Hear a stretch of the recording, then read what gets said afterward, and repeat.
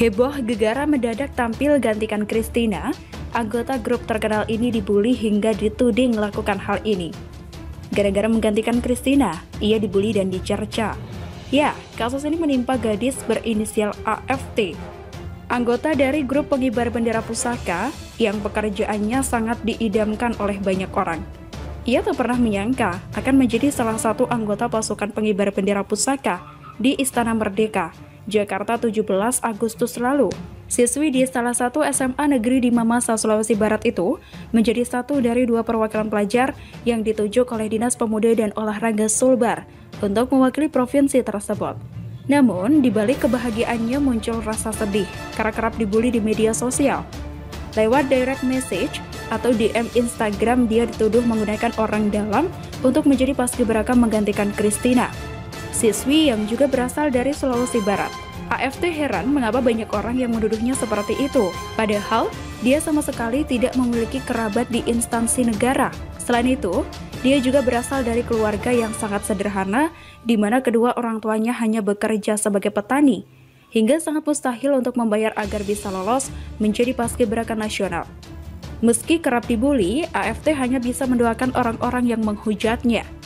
Saya hanya bisa mendoakan mereka karena saya percaya mereka menghujat saya karena mereka tidak tahu apa yang saya alami dan juga tidak mengetahui kehidupan saya yang sebenarnya, ucap siswi yang bercita-cita menjadi dokter ini kepada Kompas.com melalui pesan WhatsApp pada Jumat 27 Agustus 2021 malam. Awal mula diminta untuk menjadi paskibraka bagi pelajar berusia 16 tahun ini, ditunjuk menjadi paskibraka tingkat nasional merupakan sebuah kejutan. AFT bersama Muhammad Juandi Ali, siswa SMA 3 Polewali Mandar, ditunjuk menggantikan Christina dan Arya Maulana Mulia yang gagal berangkat usai hasil tes PCR positif COVID-19. Diakui AFT penunjukan saat itu begitu tiba-tiba. Kabar menjadi anggota paskibraka nasional diketahuinya ketika sedang berada di sawah membantu ibunya memanen padi sekitar pukul 15 tepat waktu Indonesia Tenggara pada Sabtu 24 Juli 2021 kemarin. Pihak dari Dispora menghubunginya melalui sambungan telepon dan memberikan kabar baik itu. Permintaan itu langsung disetujui karena AFT menilai penunjukan merupakan bentuk tanggung jawabnya sebagai anggota paskibraka. Saya menganggap bahwa itu bagian dari tanggung jawab saya sebagai anggota paskibraka untuk ditugaskan kapan saja dan di mana saja, kata AFT. Kendala kemudian terjadi ketika usaha AFT untuk berangkat ke Jakarta menemui kebuntuan dari segi biaya. Pasalnya, sebelum berangkat, AFT masih harus melakukan tes swab dengan biaya sendiri. Hal ini terasa berat, mengingat kedua orang tuanya hanya bekerja sebagai petani. Namun dukungan keluarganya terus mengalir. Setelah berembuk, orang tuanya pun harus meminjam uang untuk biaya check-up dan tes PCR di kota Makassar. Sebagian pinjaman itu juga digunakan oleh AFT, ayah, dan pamannya untuk biaya perjalanan ke Makassar beberapa jam setelah dia dihubungi oleh Dispora Sulbar. Saat itu hasil PCR saya di Lab Prodia Makassar hasilnya negatif COVID-19. Dan hasil check-up-nya baik. Saya lalu menghubungi Dispora dan Dispora melaporkan nama saya beserta pasangan saya yang ada di Polman ke Kemenpora, ujar AFT. AFT akhirnya berangkat ke Jakarta pada 27 Juli 2021 bersama dengan Juandi dengan pesawat melalui Bandara Makassar. Setelah melakukan serangkaian latihan, dia bersama dengan perwakilan pelajar dari provinsi lain pun berhasil melaksanakan tugasnya sebagai anggota paskibraka pada Hari Kemerdekaan Republik Indonesia. Diberitakan sebelumnya, polemik mengenai terpilihnya AFT sebagai anggota paskibraka nasional bermula ketika Dispora Sulbar menunjuknya untuk menggantikan Christina, siswi asal Mamasa yang dinyatakan positif COVID-19 usai hasil PCR keluar pada 24 Juli 2021. Polemik ini terjadi karena Dispora Sulbar tidak menunjuk cadangan Christina yakni Aliyah, siswi asal Pasangkayu. Tapi malah AFT yang disebut tidak ada dalam list peringkat. Selain itu, keluarga Christina juga tidak terima dengan hasil PCR di mana mereka menduga Christina di-COVID-kan agar tidak lulus ke Jakarta. Keyakinan keluarga Christina bertambah usai Christina melakukan tes PCR ulang di Mamasa yang hasilnya negatif. Kadispora Sulbar Muhammad Hamzi saat itu berdalih dia terpaksa menunjuk AFT karena Kemenpora ingin perwakilan dikirim secepatnya. Hamzi berkata mustahil menunjuk kembali Christina karena harus menjalani isolasi mandiri selama 14 hari. Pihak Ombudsman RI perwakilan Sulbar pun turut menyelidiki polemik kejanggalan pemilihan anggota paskibraka nasional ini. Ketua Ombudsman Sulbar, Lukman Umar mengatakan, setelah memeriksa saksi dan turun langsung ke lapangan, mereka menilai Dispora Sulbar melakukan maladministrasi dalam pemilihan tersebut. Maladministrasi itu berupa kelalaian Dispora Sulbar dalam menunjuk pengganti Christina yang bukan dari cadangannya. Hal ini, kata Lukman, bertentangan dengan Permenpora nomor 14 tahun 2017 tentang perubahan atas Peraturan Menteri Pemuda dan Olahraga. Maladministrasi itu misalnya tidak patut dilakukan oleh Dispora dan penyimpangan prosedur. Mestinya kan hak cadangan, tapi ke orang lain yang diambil, kata Lukman. Bagaimana menurut Anda? Ternyata masih ada yang rewel. Jokowi tegaskan tidak ada masa jabatan 3 periode.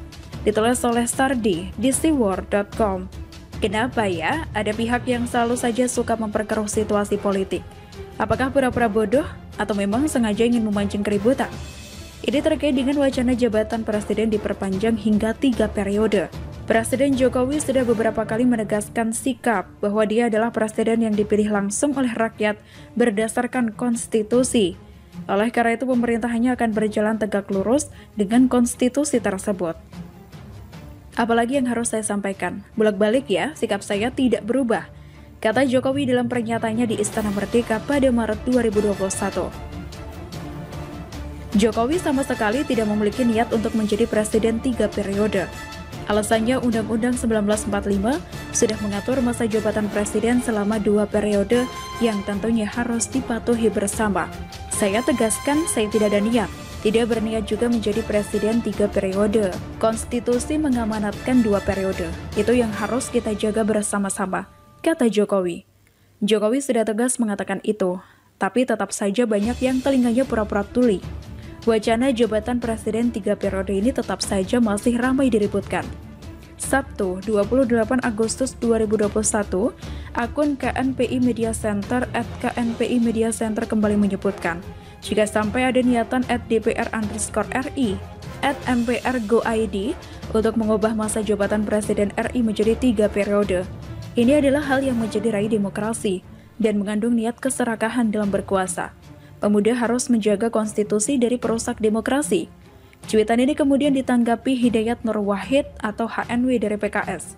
Selama ini niatan atau wacana mengubah masa jabatan Presiden RI menjadi 3 periode tidak pernah berasal dari MPR, pernah muncul justru dari luar DPR atau MPR seperti individu, aktivis, survei, mantan pimpinan partai, dan lain-lain. Tapi dari MPR apalagi resmi tidak ada. Yuk kawal dan laksanakan Undang-Undang NKRI 1945, kata HNW. Saya rasa dia yang begitu takut dan ketakutan ini sangat berlebihan. Atau memang sengaja ingin memancing keributan. Padahal saat Jokowi tegas menolak jabatan presiden 3 periode, dia juga mengatakan di tengah pandemi saat ini semestinya seluruh pihak mencegah adanya kegaduhan baru. Seluruh elemen bangsa seharusnya bersama-sama bahu-membahu membawa Indonesia keluar dari krisis pandemi dan menuju lompatan kemajuan baru. Janganlah membuat kegaduhan baru, kita saat ini tengah fokus pada penanganan pandemi, kata Jokowi. Padahal kalau mau melihat jejaknya, salah satu yang berspekulasi soal wacana presiden 3 periode ini adalah Amin Rais. Wakil Ketua MPR dari Partai Kebangkitan Bangsa atau PKB, Jazilul Faid juga pernah menyebut munculnya wacana perpanjangan masa jabatan presiden 3 periode berasal dari pemikiran Amin Rais yang kacau. Amin Rais pernah menyebut ada skenario mengubah ketentuan dalam Undang-Undang 1945 soal masa jabatan presiden dari 2 periode menjadi 3 periode. Menurut dia, rencana mengubah ketentuan tersebut akan dilakukan dengan menggelar sidang istimewa MPR untuk mengubah atau mengamandemen UUD 1945. Setelah sidang istimewa digelar, akan muncul usul untuk mengubah masa jabatan presiden dari 2 periode menjadi 3 periode. Saya tidak ingat lagi berapa banyak orang yang membuat analisis seperti ini. Yang jelas, Amin Rais adalah salah satu orangnya. Memang tipikal orang yang tidak punya etika dalam membuat statement. Sudah tua, tapi masih bertingkah seperti anak-anak. Sejak dia menjadi ketua MPR dan dinilai banyak orang berperan dalam pelengseran Gus Dur, sudah bisa dilihat bagaimana watak asli bapak tua satu ini. Jadi kalau mau protes dan ribut soal isu wacana jabatan presiden 3 periode, harusnya cari Amin Rais. Tanyakan ke dia dari mana dia tahu bahwa ada rencana untuk memperpanjang masa jabatan presiden. Kalau tidak terbukti, maka dia harus bertanggung jawab atas ucapannya tersebut. Tanya ke Amin Rais, jangan tanya ke Jokowi, karena Jokowi sudah berkali-kali menegaskan tidak setuju. Yang mulai siapa, yang diseret entah siapa. Ributnya tak jelas, tak nyambung dan tidak berujung. Jangan dikit-dikit seret dan salahkan Jokowi. Nanti besok-besok kalau tidak jadi digelar event jalan kaki dari Jakarta ke Jogja, apakah mau salahkan Jokowi juga? Tanya dong, sama yang katanya mau jalan kaki.